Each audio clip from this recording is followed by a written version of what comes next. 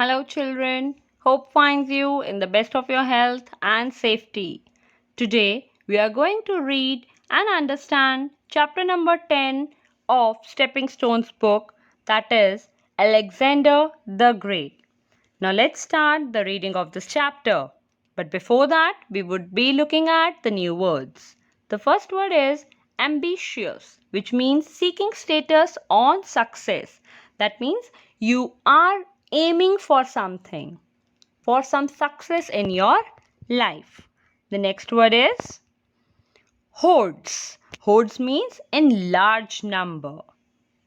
The next is penetrated. That means made way into. When you go inside, or you can say in the middle, you make a way in the middle. A flat surface is there and you make a way in the middle of the whole stuff. That is called penetrated. The next word is deadly. Deadly means fierce.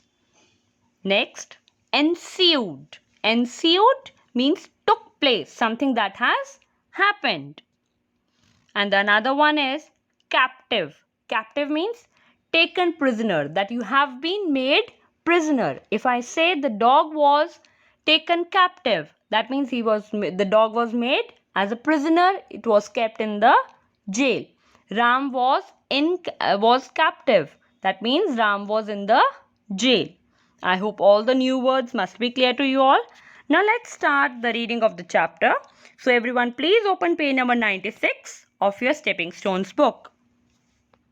Alexander, the king of Macedonia, was a great general. He conquered Greece and Persia. He was ambitious and wanted a big empire. He invaded India. Now, this is the picture of Alexander, the great king of Macedonia. Macedonia is a place and he was the king of that place. This king was very ambitious. He wanted to have big empire. Therefore, he invaded India also. Invaded means he conquered India. He came and captured the administration of India. Puru was the king of northern India. He was famous for his bravery and courage. He led his huge army to fight Alexander. Alexander's army was small. A fierce battle then ensued. When his soldiers saw the hordes of Indian foot soldiers and the majestic elephants, they became a little nervous. Alexander, however, was not afraid. He led them bravely and deadly battle was fought. Now what happened? As I told you, Alexander was an ambitious king and he wanted a big empire. So he wanted to invade India. Therefore, he came to India and they fought. At that time, Puru was the king of the northern India. And Puru was famous for his bravery and courage. That king, Puru, was very brave. And he was famous all around the world for this thing. And then they had a great fight. In the fight, when the soldiers of Alexander saw that there are so many soldiers of King Puru and there are big elephants also, so they got scared. They got scared to see such a big army. But Alexander was not at all fearful. He led his army bravely, went ahead and fought the battle. Puru's elephants proved no match for Alexander's horses. They were swift and raced like wind. They broke the right, middle, and left flanks of the Puru's army and penetrated to the center. Elephants took fright and ran wild. Now, children, as you have read before, that Puru's army was having more number of soldiers and there were big elephants also. And Alexander was having less number of soldiers in his army. But the horses of Alexander were so brave, were so fast that the elephants got scared and they ran away from there. So let's continue what happened further. By evening, there was utter confusion on the battlefield. Puru, however, continued to fight bravely. He was badly wounded, but with blood flowing from his wounds, he killed hundreds of Alexander's soldiers. At last, he fainted and was taken captive. Now, what happened? As I told you, that the elephants ran away. Many of the soldiers were dead, but Puru did not give up. Puru continued fighting in the battle, having so many wounds on the body and blood flowing from all the wounds. He did not give up. He continued fighting and killed hundreds of Alexander's soldiers also.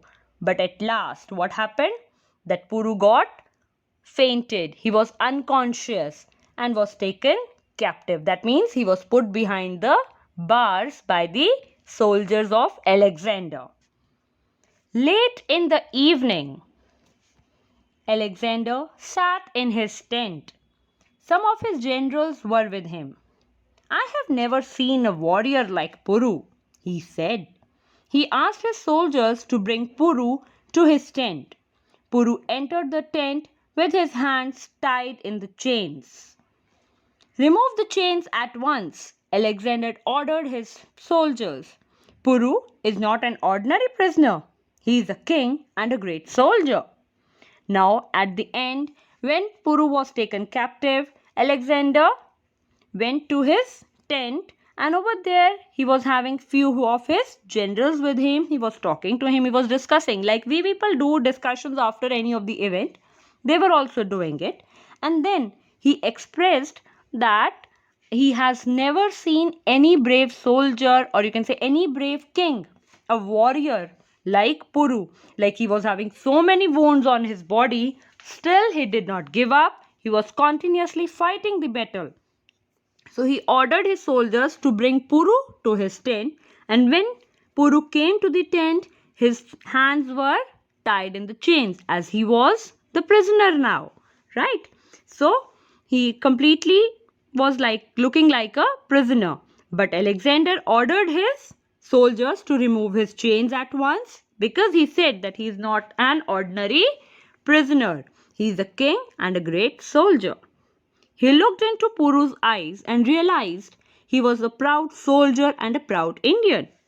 How should I treat you? He asked him. As one king should treat another, said Puru. You are a brave man, Puru, said Alexander. I want you to be my friend. I'll be your friend on one condition, said Puru. What's that?